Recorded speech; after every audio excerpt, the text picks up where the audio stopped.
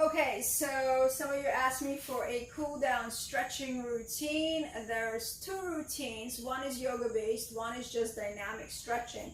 So we're gonna go through it again. So at the end of the workout, after you've done all these lunges and squats and jumping jacks, I go again and I start with ankle rotation, maybe 5 circles, just to check in with yourself. Is everything moving fluidly?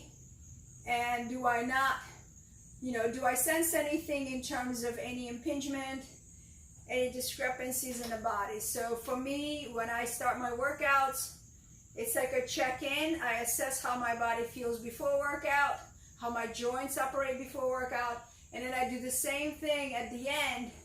We go hip circles, you go from inside out a couple of times. For me personally, there's always some kind of clicking and cracking. Nothing that alarms me, but I'm just aware of it. And then you reverse it, go from outside in. Yep, just like that.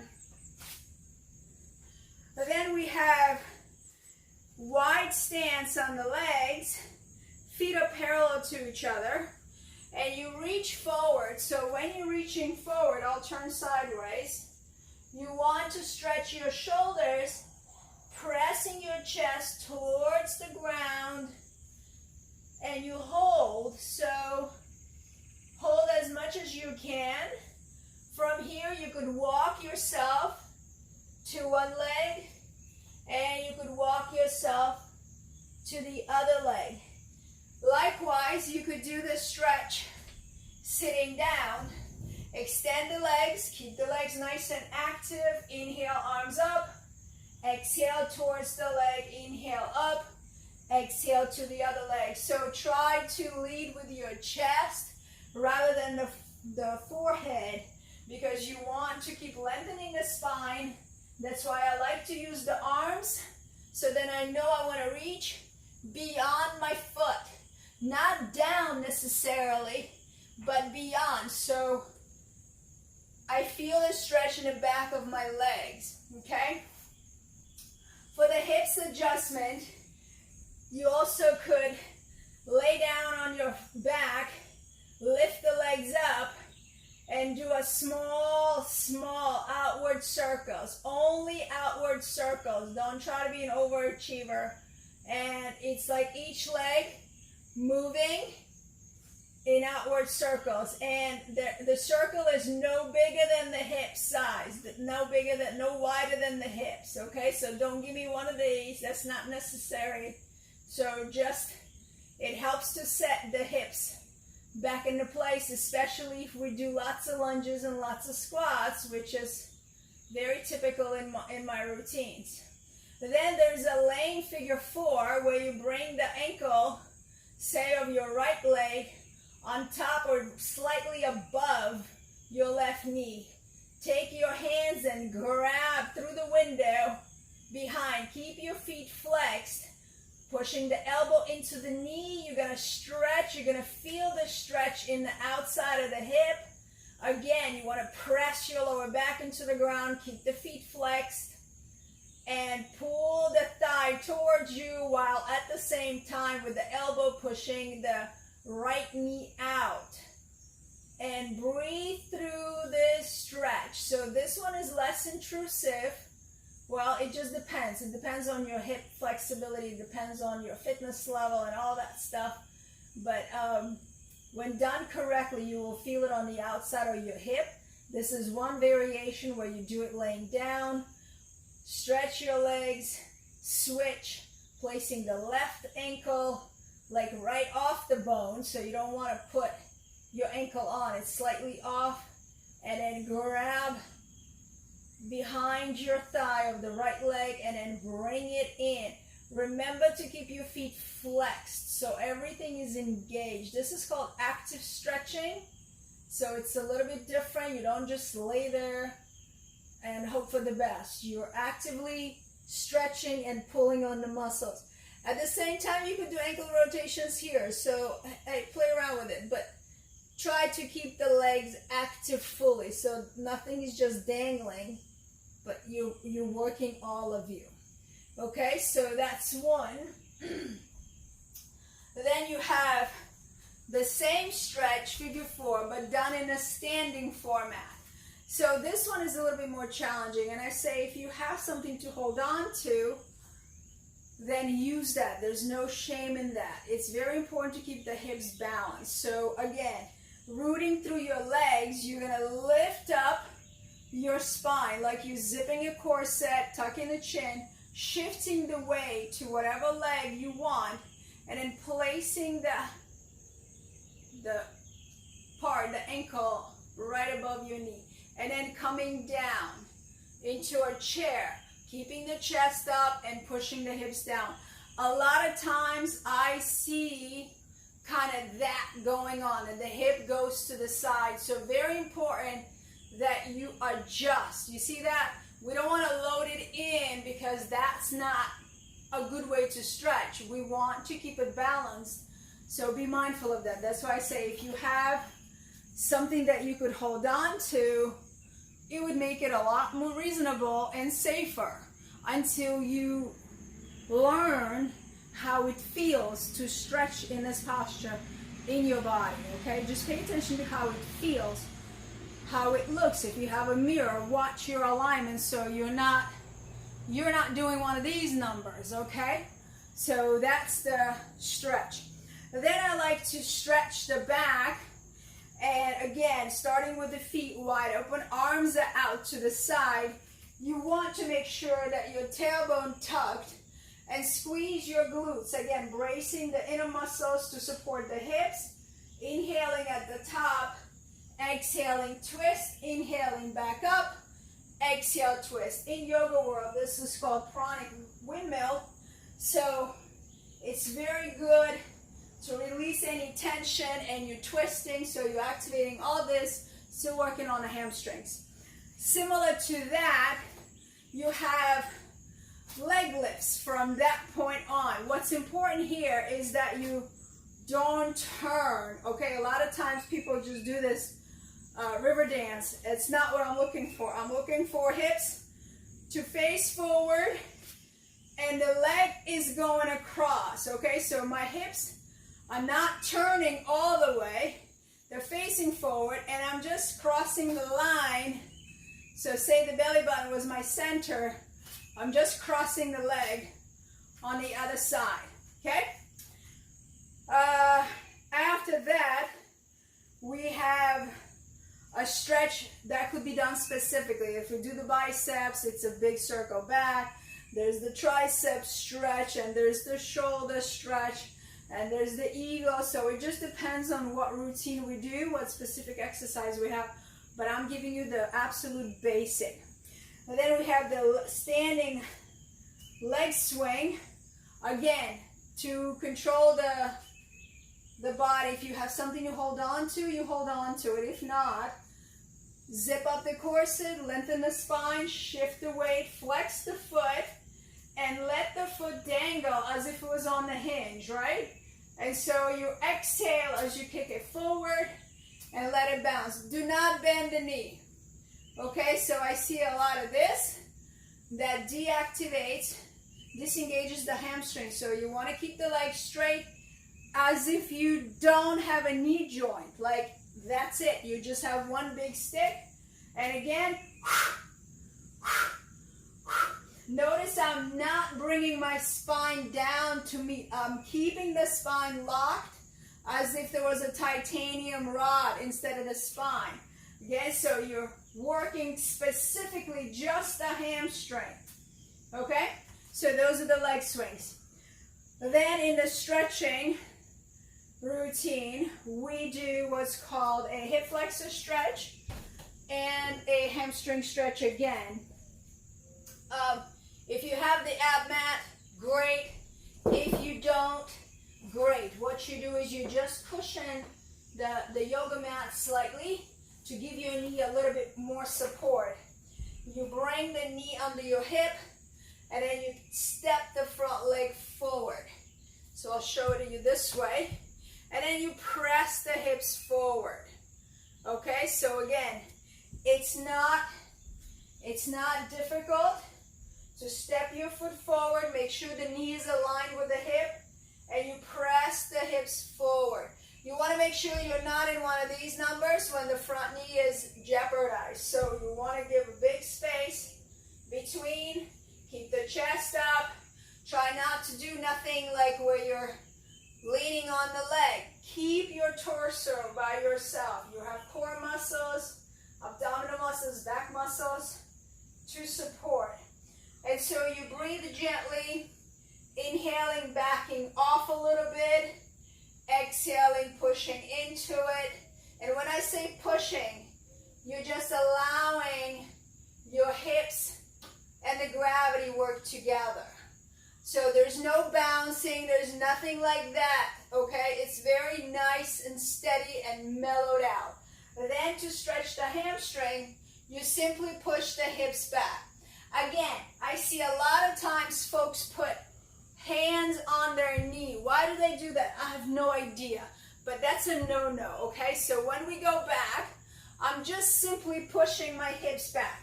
I'm rotating so you can see all angles. So I'm pushing the hips back, I'm lengthening the spine forward, I'm keeping the chest lifted.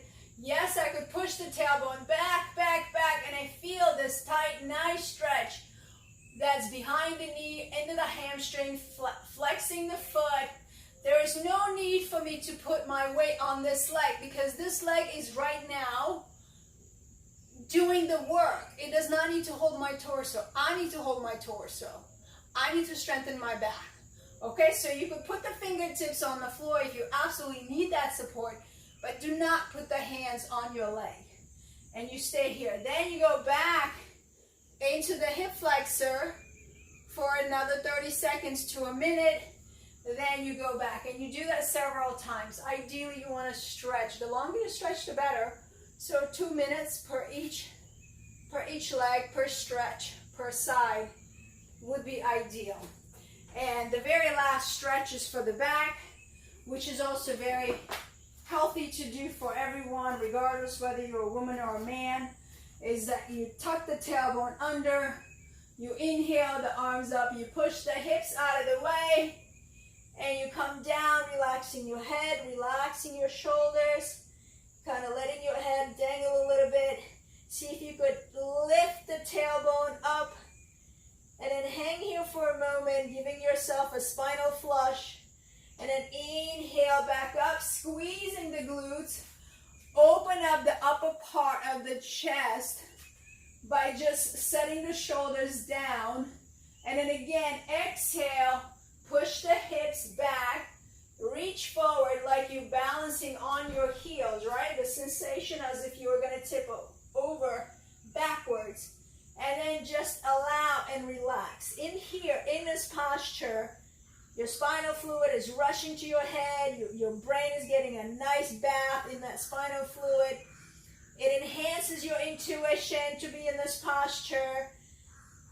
It relaxing, it deloads the spine, so you might actually, the longer you stay here, depending on your blood pressure, the more adjustment you're going to get in your spine. So naturally, when you inhale, your torso might rise slightly, and then when you exhale, it would lengthen. I remember when I first joined fitness, this was as far as I got. And over the years, as I do this, it's like I have no place for my hands anymore. So I just wrap my elbows and I stay here. And I still focus on tilting my tailbone upwards so I get a deeper stretch in my hamstrings. For those of you who have up and down issues with blood pressure, I encourage you to rise up slowly and make sure you're inhaling as you're coming up, okay? So that's all I had for the stretching and cooling down routine. If I missed something, I'm sure you'll let me know and I'll catch it in another video. But make sure you're warming up before your routines. Make sure that you're stretching. It's very, very important. Part of the theory was that if you do not stretch, you lose 35% of the work that you did in your workout. So why give that away when it takes just about 7 minutes or so to complete the stretching? And make sure you're breathing That's the key. Muscles need food. Muscles need that life force energy that only is available through the breath as you stretch.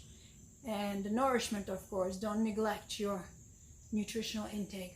All right, that's all I have for you for today. Enjoy your training. Bye. So, I just finished my workout and I was doing my stretching and cool down, and I realized there's a couple of stretches that I forgot to mention, so I'm just gonna insert them into a video. You could see how drenched my t-shirt is, and I am covered in sweat beads, which is great. So the figure 4 stretch, so we were talking about laying down and then sitting down. I forgot to mention that that could also be done on the chair. You just want to make sure that you're sitting on the edge of the chair and your knees are 90 degrees. And then you're gonna place your ankle, so not the bone, not the actual ankle is gonna be hanging off. And then from the hips, you'll be reaching forward. Again, this keeps your hips stable so it doesn't shift and disalign the hips. That's why it's okay to do it if standing is too hard and laying down doesn't give you the intensity of the stretch that you're seeking. This would be another great alternative. I like to place my ankle not in the center, but in line with my hip, and then place my foot right off the kneecap. Now I have imbalance between my left and right side, so I go gentle on my injured side first, and this is the side that I'm kind of nursing. That's why I'm not doing any crazy heavy lifting, because my body just can't handle that at this point, and I don't want to hurt myself. There's too much at stake, so I do what I can, and of course I invite you to also honor your body. Not use this as an excuse not to push yourself, but do a little bit at a time and feel into it. Like back off and see how it feels. So I keep leaning forward, stretching my spine forward. I'm not trying to get down necessarily. I'm just trying to stretch from the tailbone to the crown of my head, keeping the pressure on this knee. So I'm trying to kind of push the knee out. The tendency is for this hip to lift off the chair, but I'm pressing the tailbone into the chair. Once you feel like you've had enough and the hip needs to recover a little bit, switch to the other side and spend a little bit of time here. Like I said, a good stretch should be held for at least 2 minutes per exercise, per movement, per stretch. And definitely support that stretching with deep breath. I usually do 4 rounds of this. So this was 2, and then I go back and do it again, and then do it again on the other side. So 4 on, both of them.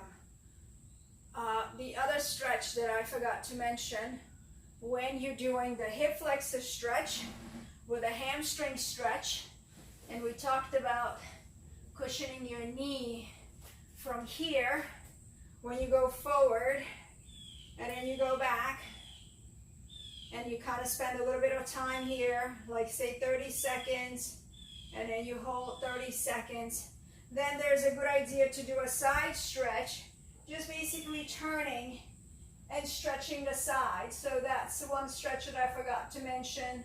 It's also very good to press the hips forward and really reach the arms overhead. Now you could land fully here to go deeper. It gives you a bigger, greater stretch on the side. But if you're struggling, you could also use a yoga block if you can't really reach that. Make sure you're not bending. Okay, so I kind of flow through it. So we go hip flexor, and then hamstring, and then back to hip flexor, and then hamstring.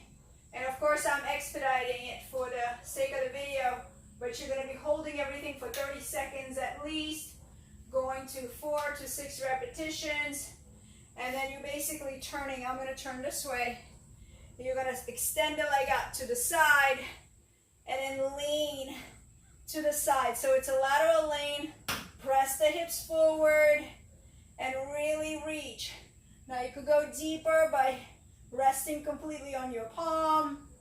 If it's too much, too intense, lift up on the fingertips or use a block or even a dumbbell. So you decide what works, but just make sure that you're pressing your hips forward and you're not collapsing in the shoulder down, that you're opening up and stretching. So I wanted to add those two because I forgot. So I hope you find it helpful. And again, I look forward to your comments, feedback, suggestions. Remember, no question is a stupid question, and the stupid question is the not asked question. Whatever you have, I'm sure a couple of other people have. If you don't feel safe putting it publicly, message me and then I'll address it publicly without giving up your identity. That's how I work. Thank you so much for tuning in, and I will see you next time. Ciao.